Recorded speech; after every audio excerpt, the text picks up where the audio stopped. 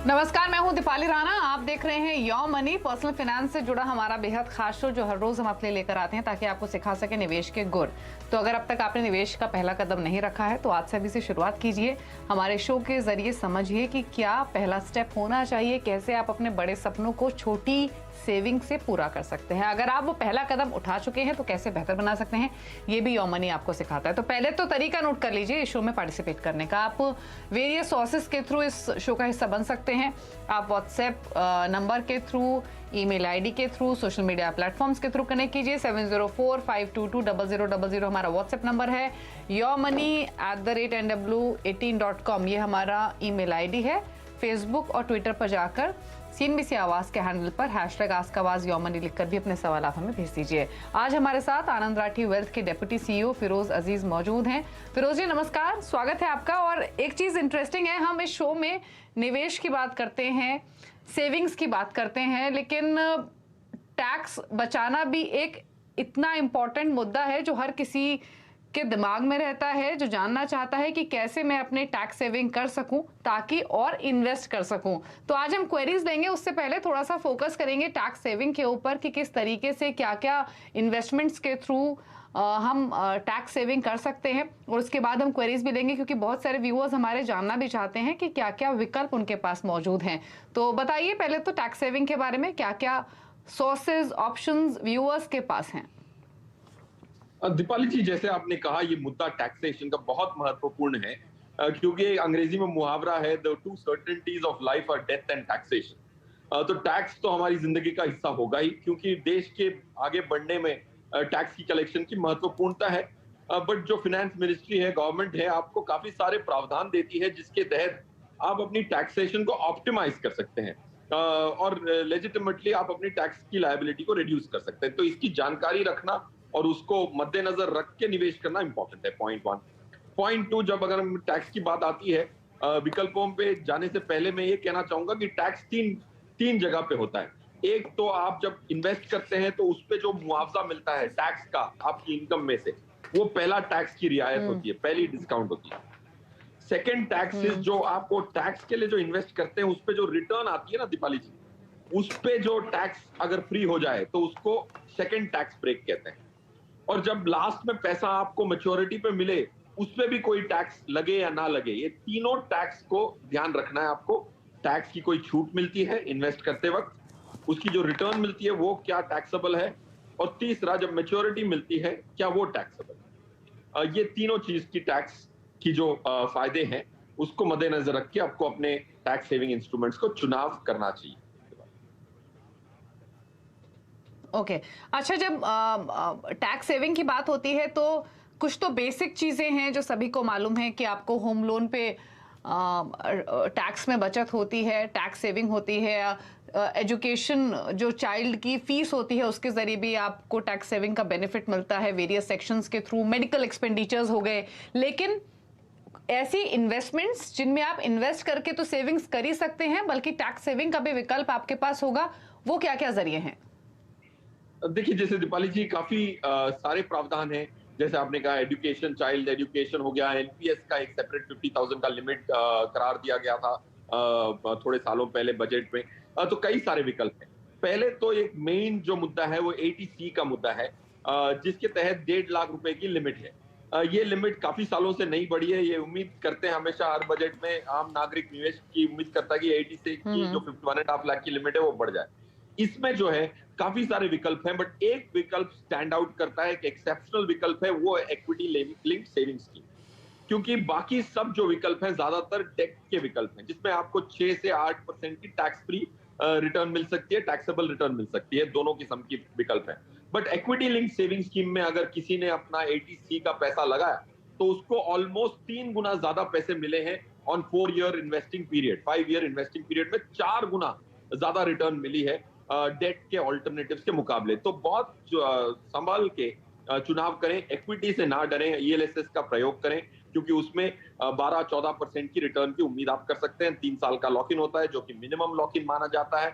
उसी पैसे को रिसाइकल करके आप 2 बार 3 साल बाद वापस एक बार रिसाइकल करके उसी पैसे से टैक्स की रियायत वापस ले सकते हैं और इसको रोल ओवर करते जा सकते हैं। That's the second benefit. तीसरा बेनिफिट इसकी जो इक्विटी टैक्सेशन है, इसकी वजह से जो रिटर्न कमाते हैं उस पे भी 10% की टैक्स है, ना कि पूरी टैक्स है। और जब इन रिडीम करते हैं उस पे भी टैक्स एग्जेम्पशन है। तो point I am trying to drive down Deepali ji is ELSS का प्रयोग एटीसी में करना ज्यादा जरूरी है। हम इंडियंस कम यूज करते हैं इसको क्योंकि इक्विटी से डरते हैं, और लंबी अवधि में इक्विटी बहुत अच्छी एसेट क्लास है। ओके, चलिए, तो आपको काफ़ी सारी चीज़ें बताई हैं फिरोज जी ने, और अगर अभी भी आप कुछ जानना चाहते हैं इस टॉपिक से जुड़ा हुआ तो अपनी क्वेरीज हम तक भेज सकते हैं। ईएलएसएस फंड्स के बारे में भी फिरोज जी ने आपको इन्फॉर्मेशन दी, आप नोट भी कर सकते हैं। आपकी स्क्रीन पर हम वेरियस इन्फॉर्मेशन देने की कोशिश भी कर रहे हैं कि किस में कितना ब्याज मिलता है, क्या क्या विकल्प हैं आपके पास टैक्स बचाने के लिए निवेश के हिसाब से, किस में कितना लॉक इन होता है, ये भी आप नोट कर सकते हैं अगर अपनी टैक्स सेविंग की प्लानिंग आपको करनी हो। और यो मनी तो है ही हर कदम पर आपकी मदद करने के लिए। चलिए अब सवालों को शामिल कर लेते हैं। उपेंद्र हमारे साथ मौजूद हैं, उपेंद्र सत्कार, चंद्रपुर, महाराष्ट्र से। उपेंद्र जी गुड इवनिंग, बताइए अपना सवाल। Good evening ma'am. मेरा सवाल था फिरोज सर से कि मुझे लगता है कि मैंने पीएलआई की बहुत सारी स्कीम्स निकाल ली है, तो उसे बंद करके उसे म्यूचुअल फंड में अलोकेट करूं। और मेरा सेकंड सवाल है कि एनपीएस फंड जो बाय डिफॉल्ट सेंट्रल गवर्नमेंट से आया है, जिसमें एसबीआई, यूटीआई और एलआईसी पेंशन फंड है, तो उसे बदलकर मुझे एचडीएफसी में करना है, तो एचडीएफसी पेंशन फंड ठीक रहेगा क्या नहीं? और मेरा थोड़ा पोर्टफोलियो रिव्यू करके बताइए कि कुछ फंड उसमें ऐड करने पड़ेंगे या निकालने पड़ेंगे या चेंज करने पड़ेंगे। ठीक है, तो फंड्स की डिटेल्स तो है फिरोज जी के पास। लगभग 6 म्यूचुअल फंड्स इन्होंने खरीदे हुए हैं फिरोज जी, जिसमें इनके एसआईपी चल रही है 10,000 का monthly SIP in 6 funds, plus इनकी लमसम इन्वेस्टमेंट है 2 फंड्स में, Parag Parikh flexi cap, Tata digital fund. और साथ ही जो इनका सवाल है आपने सुना, एक तो ये कि एग्जिस्टिंग पोर्टफोलियो कैसा है, प्लस जो एनपीएस में इन्वेस्टमेंट ये कर रहे हैं उससे एचडीएफसी पेंशन फंड में स्विच कर ले क्या? बताइए क्या सजेशंस। यस, उपेंद्र जी का जो ये निर्णय है postal life insurance PLI scheme से म्यूचुअल फंड में मूव करने का, मेरे हिसाब से डेटा कहता है कि ये बहुत सही निर्णय है Upendra ji. So you can without hesitation take that step. पहले ही सवाल का उत्तर। दूसरा, आपको अपनी पेंशन स्कीम एचडीएफसी की लेनी है। एचडीएफसी की पेंशन स्कीम डेफिनेटली एक चॉइस जरूर कर सकते हैं, क्योंकि उनकी जो काबिलियत है वैल्यू इन्वेस्टिंग में, स्पेशली इक्विटी साइड पे, वो काफी डिस्टिंक्ट है। जैसे आपने कहा कि एसबीआई, यूटीआई, एलआईसी के पेंशन स्कीम्स हैं एनपीएस के माध्यम से, और एचडीएफसी की भी है। मेरे हिसाब से एसबीआई एंड एचडीएफसी दोनों एक बहुत अच्छे चॉइस होंगे एनपीएस के माध्यम से आपको इन्वेस्ट करने के लिए, क्योंकि एचडीएफसी की वैल्यू प्रिंसिपल है, एसबीआई ज्यादातर एसेट मैनेजमेंट कंपनी में ग्रोथ प्रिंसिपल करता है, तो दोनों कॉम्प्लीमेंट्री नेचर होंगे। So that's a great choice, HDFC is a great idea. Second, रहा सवाल आपके जो स्कीम्स चल रहे हैं 6, उसमें से थोड़े बदलाव मैं बता देता हूं आपको। जो फंड्स आपको एग्जिट करने हैं, मेरे हिसाब से एबीएसएल का, आदित्य बिरला सन लाइफ का फ्लेक्सी कैप फंड और पराग पारिक का फ्लेक्सी कैप फंड आप एग्जिट कर सकते हैं। लॉन्ग टर्म इक्विटी जो एक्सिस लॉन्ग टर्म इक्विटी एक ईएलएसएस स्कीम है, उसको आपको एग्जिट करना है। वो ईएलएसएस स्कीम काफी बड़ी हो गई है, उसके बदले क्वांट का टैक्स सेवर जो है वो काफी एजाइल है, काफी मूव कर सकता है, उसमें आप एंटर कर सकते हैं। एचडीएफसी फ्लेक्सी कैप एक बहुत अच्छी स्कीम है। कोटक इमर्जिंग इक्विटीज और फ्रैंकलिन ब्लू चिप, ये आपके नए इन्वेस्टमेंट्स करने हैं, वो 3 जो एग्जिट करके। तो अभी आपके पास टोटल 8 स्कीमें हो जाएंगी। 4 रिटेन करनी है, दूसरी 4 ऐड करनी है, 3 एग्जिट करनी है। अभी 8 के 8 में ही ऐड करें, ज्यादा स्कीम्स अब इससे ज्यादा ना बढ़ाएं। ओके, चलिए, तो ज्यादा स्कीम्स बढ़ाने की जरूरत नहीं है, थोड़े बदलाव आपके पोर्टफोलियो में सजेस्ट किए गए हैं। आपको कुछ फंड्स ऐड करने भी हैं, प्लस 3 फंड्स जो आपकी स्क्रीन पर हैं, जैसे फिरोज जी ने कहा, इनमें आप कंटिन्यू कर सकते हैं। आगे बढ़ते हुए अगले कॉलर से बातचीत करते हैं। हमारे साथ उपेंद्र सिंह अब मौजूद हैं, पहले हमारे साथ उपेंद्र सत्कार थे, और इनका सवाल भी ले लेते हैं। उपेंद्र जी नमस्कार, बताइए आप कहाँ से बातचीत कर रहे हैं, क्या सवाल है आपका?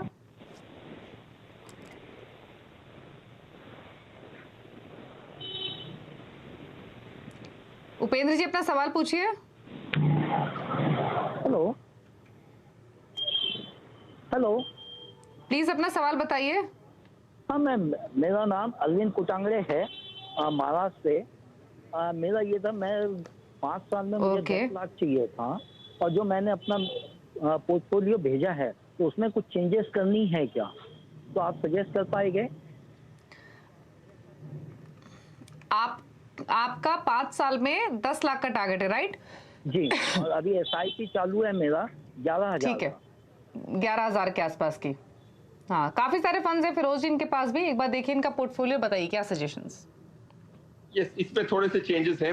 11,000 रुपए आप कर रहे हैं, 5 साल में आप 12% की रिटर्न पे 10 लाख रुपए इकट्ठे कर पाएंगे। 10.1 पॉइंट 2 आपकी जो स्कीम्स हैं उसमें थोड़ा बदलाव बताता हूँ। इन्वेस्को की कॉन्ट्रा फंड के बदले इन्वेस्को का मल्टी कैप एक बेहतरीन स्कीम होगा। दैट्स वन, अगर आपको इन्वेस्को में ही रहना है। मिरा एसेट ब्लू चिप से एग्जिट करना है आपको। UTI flexi cap, axis flexi cap, ये 4 स्कीम्स आप एग्जिट कर सकते हैं। बाकी है Canara Robeco small cap, Mirae asset mid cap और SBI small cap. Mid cap और स्मॉल कैप के लिए जो कंसिस्टेंट करंट स्कीम्स है उसको बरकरार रखें। SBI contra fund, HDFC flexi cap, Canara Robeco flexi cap, SBI focused equity, ये 4 स्कीम प्लस आपकी जो एग्जिस्टिंग 23 स्कीम्स हैं, ये 7 स्कीमों में आपके पास कुल मिला के 165 स्टॉक्स अप्रोक्सीमेटली होंगे, which will be a great diversified portfolio. ठीक है, तो पोर्टफोलियो में थोड़े बदलाव की जरूरत है। कुछ फंड्स आपको होल्ड करने हैं, कुछ में आपको एग्जिट करना है और कुछ फंड्स आपको सजेस्ट किए हैं फिरोज जी ने। तमाम डिटेल्स आप अपनी स्क्रीन पर आते हुए देख रहे हैं, तो आप नोट कर लीजिए, उसके हिसाब से बदलाव अपने पोर्टफोलियो में कीजिए। नेक्स्ट क्वेश्चन लेते हैं, ईमेल के थ्रू में मिला है। ख्वाब ने सवाल भेजा है, इनके फिलहाल 1,20,000 की एसआईपी चल रही हैं और पोर्टफोलियो में 10 अलग अलग कैटेगरी के फंड्स हैं जिसमें इन्होंने इन्वेस्टमेंट की हुई है। फंड्स आपके पास हैं फिरोज जी, जिसमें फ्लेक्सी कैप है पराग पारिक का, ICICI Pru asset allocator, Edelweiss large mid cap, Mirae asset mid cap, Tata digital, Canara Robeco small cap, ICICI equity and debt fund, SBI equity hybrid और एडलवाइज बैलेंस्ड एडवांटेज फंड मौजूद है। तो इनका ये जानना चाहते हैं सेम अमाउंट की एसआईपीज कंटिन्यू करें इस पोर्टफोलियो में या इसको कम करके 50,000 से 70,000 कर दें। आई एम श्योर फिरोज जी इससे अग्री नहीं करेंगे, जितनी ज्यादा इन्वेस्टमेंट की जाए उतना बेहतर है। प्लस इनके पोर्टफोलियो पर क्या सलाह है? यस, आई थिंक ख्वाब जी मेरे हिसाब से ये बरकरार रखें। 1.2 लाख एक अच्छी अमाउंट है। To motivate you to continue this, मैं ये जरूर कहना चाहूंगा कि अगर आप 10 साल तक ये कंटिन्यूअसली करते हैं और 14% की रिटर्न आती है पर एनम, तो आप 3 करोड़ रुपया इकट्ठा कर पाएंगे, जो कि एक साइजेबल अमाउंट होगा 10 साल बाद। तो इसको कम ना करें, इसको बढ़ाने की हमेशा फिराक पे रहें। खर्चा थोड़ा डिस्क्रिशनरी कम कर दें, बट इन्वेस्टमेंट्स कम ना करें। तो मेरे हिसाब से 3 करोड़ रुपए का जो लक्ष्य आप पूरा कर सकते हैं 14% की रिटर्न पे। हमारा ये मानना है कि इंडिया की करंट इकोनॉमी अगले एक डेकेड तक निफ्टी में 11-12% की रिटर्न आना बहुत अच्छी संभावना है, और उसमें से अगर फंड मैनेजर आपको 2-3% ज्यादा रिटर्न निफ्टी से दे दे तो 14% की भी आप उम्मीद कर सकते हैं फॉर अ 10 ईयर पीरियड। रहा सवाल स्कीम के बदलाव का, दीपाली जी को आपको कह देते हैं।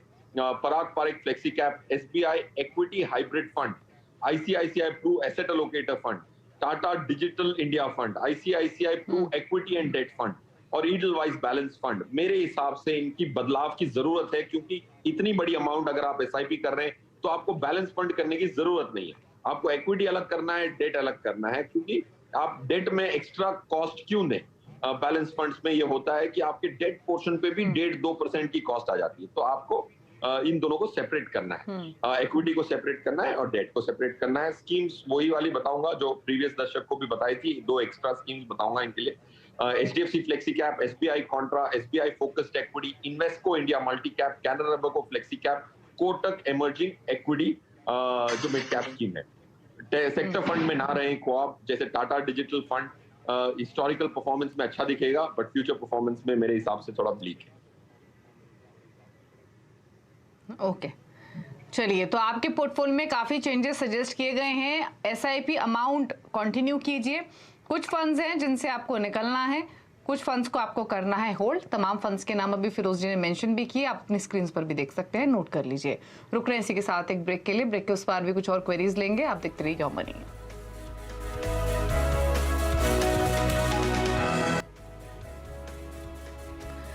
आप देख रहे हैं योर मनी और हमारे साथ फिरोज अजीज मौजूद हैं, आनंद राठी वेल्थ से डेप्यूटी सीईओ हैं। कुछ और क्वेरीज ले लेते हैं और अगले कॉलर से बात करते हैं। अब हमारे साथ दीपक कुमार हैं फोन लाइन पर मौजूद। दीपक जी, गुड इवनिंग, बताइए आपका क्या सवाल है?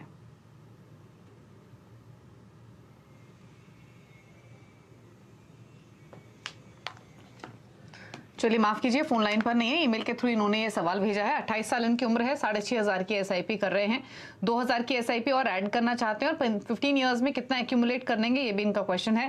तो बताइए किस फंड्स के साथ शुरुआत करें? बिगनर हैं, 6,500 की, इनफैक्ट एग्जिस्टिंग एसआईपीज इनकी 6,500 की हैं, 2,000 और ऐड करना चाहते हैं, तो क्या सजेशन रहेगा? फिलहाल इनके पास Kotak mid cap, Canara Robeco small cap और पराग पारिक का फ्लेक्सी कैप है। Yes, I think Deepali ji, Deepak जो 28 की उम्र में ऑलरेडी सेव कर रहे हैं, 6,500 कर रहे हैं, 8,500 करने की कोशिश कर रहे हैं, तो अगर 15 साल तक इन्वेस्ट करते हैं और ठीक से अपना पोर्टफोलियो रिव्यू करते रहेंगे तो 14% की भी रिटर्न कमा सकते हैं, क्योंकि पूरा इक्विटी है। 11-12 निफ्टी ने दिया, 2% एक्स्ट्रा फंड मैनेजर दिया, तो अगर 14 की रिटर्न होती है तो ये 50 लाख रुपए 15 सालों में इकट्ठा कर पाएंगे 8,500 रुपए की एसआईपी पे 14% की रिटर्न पे। पॉइंट 1।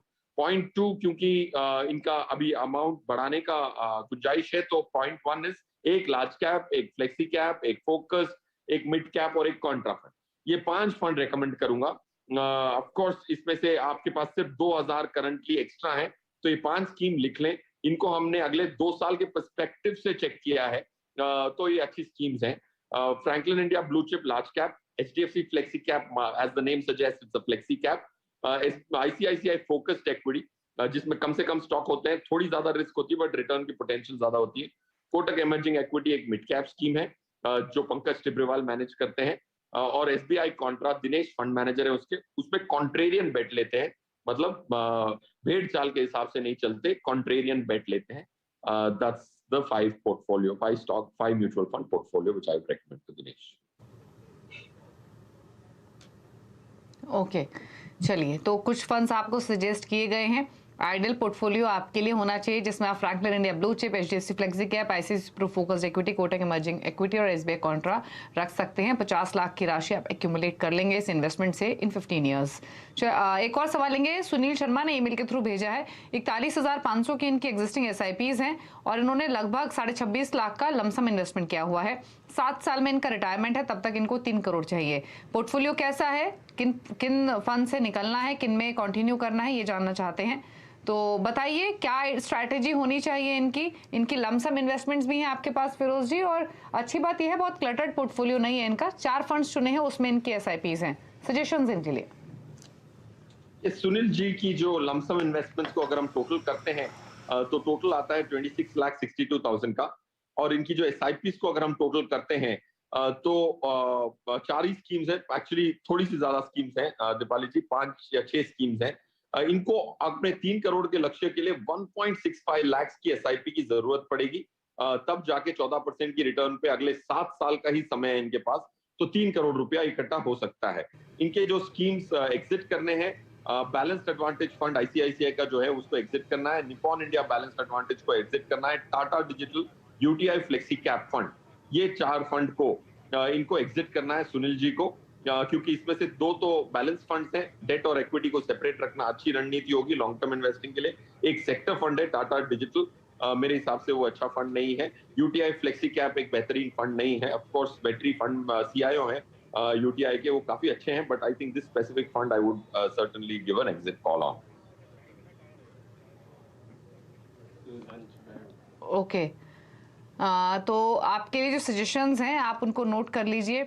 आप HDFC top 100, ICICI Pru blue chip, Mirae asset large cap और निपॉन इंडिया फ्लेक्सी कैप में इन्वेस्टमेंट्स कर सकते हैं, और साथ ही साथ कुछ फंड्स हैं जिनसे आप एग्जिट भी कर सकते हैं। कुछ नए फंड्स आपको फिरोज जी ने सजेस्ट भी किए हैं, जिसमें HDFC flexi cap, SBI contra, Kotak emerging equity, Invesco India multi cap, Canara Robeco flexi cap और एसबीआई फोकस्ड इक्विटी हैं। तो इन फंड्स के साथ आप कंटिन्यू कीजिए, यही आपके लिए सजेशंस हैं। कुछ और अगर आप जानना चाहें तो अपना क्वेश्चन फिर से भेज सकते हैं। लेकिन चलिए फिरोज जी के टॉप 4 फंड्स पूछ लेते हैं, कौन से पिक किए हैं उन्होंने आज हमारे व्यूअर्स के लिए जो बेसिकली पोर्टफोलियो क्रिएट करना चाहते हैं, बिगनर है। बताइए फिरोज जी।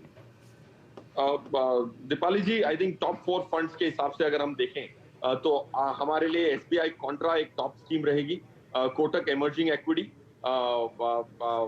अगर हम लार्ज कैप स्कीम की बात करें तो फ्रैंकलिन ब्लू चिप, और लास्टली आपको आईसीआईसीआई फोकस्ड इक्विटी और HDFC flexi cap. So I will say अगर 4 स्कीम बोलूं तो HDFC flexi cap, SBI Contra, ICICI focused equity and lastly Kotak emerging equities. चारों डिफरेंट कैटेगरी की, चारों डिफरेंट एसेट मैनेजमेंट कंपनी की, सबकी रणनीतियां अलग, सबकी टारगेट सेगमेंट इन्वेस्टमेंट की अलग है, तो ये बड़ी कॉम्प्लीमेंट्री पोर्टफोलियो बन सकती है to generate 2% more than Nifty per annum. Okay, चलिए, तो SBI contra fund, HDFC flexi cap fund, ICICI Pru focused, Kotak emerging equity, ये 4 फंड्स हैं। और हमेशा ध्यान रखें जब भी आप म्यूचुअल फंड पोर्टफोलियो क्रिएट करें, योर मनी जैसे शोज तो हैं ही आपकी मदद करने के लिए, लेकिन बार बार हमारे तमाम एक्सपर्ट्स यही सजेशन देते हैं कि बहुत ज़्यादा क्लटर्ड आपको करने की ज़रूरत नहीं है। म्यूचुअल फंड्स के साथ सेलेक्टिव, अच्छी क्वालिटी और डाइवर्सिफाइड फंड्स के साथ अपना पोर्टफोलियो बनाइए। ज़रूरी नहीं है कि ज़्यादा फंड्स आप रखेंगे तो ज़्यादा रिटर्न आप कमा पाएंगे। चलिए, शो को समेटने का वक्त है। फिरोज जी, कोई क्लोजिंग कॉमेंट आपकी ओर से? दीपाली जी, मैं आपके इस बात से कितना सहमत हूँ और कितनी सटीक सलाह आपने दी है कि कंसोलिडेटेड रखें, ज्यादा इधर उधर ना करें, फोकस रखें तो पैसा बनता है। जी, thank you so much show में आने के लिए, हमारे व्यूअर्स की हेल्प करने के लिए, उनके पोर्टफोलियो को संवारने में थैंक यू। और इसी के साथ योर मनी में तो इतना ही, लेकिन खबरें लगातार जारी हैं CNBC आवाज पर, ब्रेक के उस पार भी। नमस्कार।